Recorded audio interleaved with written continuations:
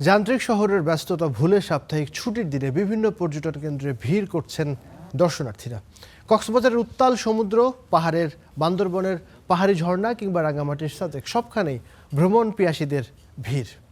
মেঘ পাহাড়ের মিতালিয়া সাগরের গর্জনে মুগ্ধ পর্যটকরা। তাদের নিরাপত্তায় সতর্ক অবস্থানে রয়েছে আইন শৃঙ্খলা বাহিনী।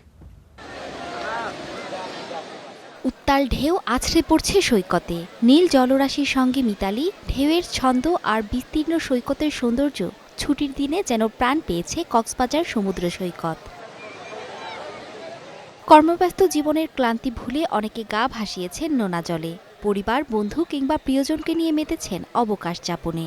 ঢেউয়ের ওপর রোমাঞ্চকর ভ্রমণের জন্য ওয়াটার বাইকে চড়েছেন কেউ কেউ। বালিয়াড়িতে বসে সমুদ্রের গর্জন উপভোগ করছেন পর্যটকরা।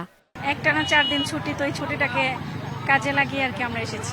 প্রথম আসছি, অনেক ভালো লাগতেছে, সকাল থেকে অনেক এনজয় করলাম। কিছু কিছু ক্যানেল সৃষ্টি হয়েছে, যার কারণে আমাদের চ্যালেঞ্জ হয়ে যাচ্ছে এত সংখ্যক পর্যটককে আমাদের সেবা দিতে। শুধু সমুদ্র নয়, পাহাড় ঝর্ণাতেও বেড়েছে মানুষের আনাগোনা।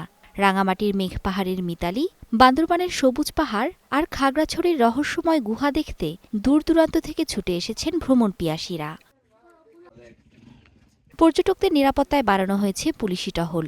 দর্শনার্থীদের সতর্ক থাকার পাশাপাশি নিয়ম মেনে চলার আহ্বান তাদের। Mithila Anjum, star news.